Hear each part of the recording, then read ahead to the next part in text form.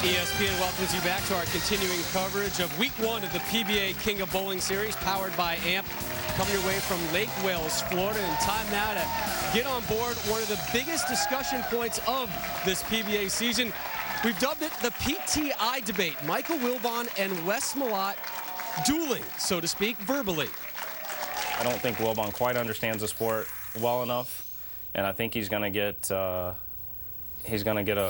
big lesson on the sport by coming down and doing this. And I think it's going to be really good for our sport in general because, you know, after doing this, Wilbon is definitely going to, you know, talk a lot about it and hopefully inform and people will understand our sport to, you know, a lot more than what they do now. So that is Wes Malott. Time for the rebuttal with Michael Wilbon. I like the fact that the King just calls you Wilbon. He's never met you before, and he's just, yeah, I guess when you're 6'5", 250 plus, built like a linebacker, you can call him whatever you want.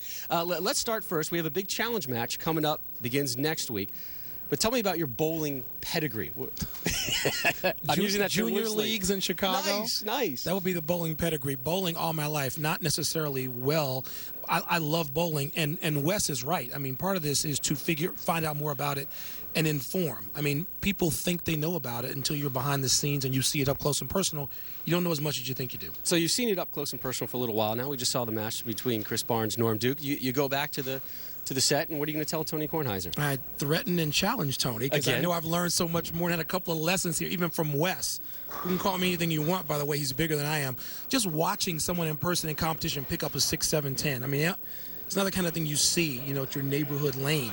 And that was just fun to see in competition like this. Now, I'm loving this PTI jersey. I mean, that's a huge score when you take that back to Kornheiser DC. does not get one of these, and I get one. No, nor will he get one. Although we may welcome him back next season, actually. We'll do anything for attention. But now the big thing is, today, for the first time ever, you had a ball drilled for you. Yes. And a little different look, something you're not used to. Fingertip, professionally drilled, professionally set up. The first 2 times I handled the new ball in practice on the other lanes in the dark, I threw strikes. That will not translate into strikes out here. So Wes has nothing to worry about. I don't like your lack of confidence here. Now, let's talk about what is at stake. A 57-pin advantage has been handed to you, and Wes is going to... Requested. Requested. I say handed. And Wes is going to roll with a plastic ball. Now, what is on the line here? I don't know what the bet is.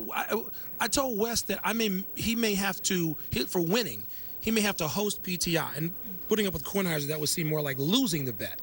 But that may be the outcome of this. Good point. Well, actually, you weren't given the facts here. Uh-oh. All right, now, if you win, you are an exempt bowler. If you lose, over your shoulder on the PTI set for a good day, week, maybe a month. That's fair enough. The big headshot of Wes Malott, the executive producer of PTI, Eric Reitholm. So get used to the big fella breathing down your neck over there. That's fine. I can handle that. Michael Wilbon is going to join us in the booth for our next match. Chris Barnes taking on the King, Wes Malott. Can the King hold on to his throne? Find out with Randy, myself, and Michael Wilbon.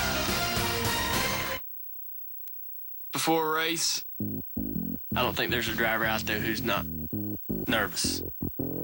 You know, all right, man, I'm getting ready to stick my hand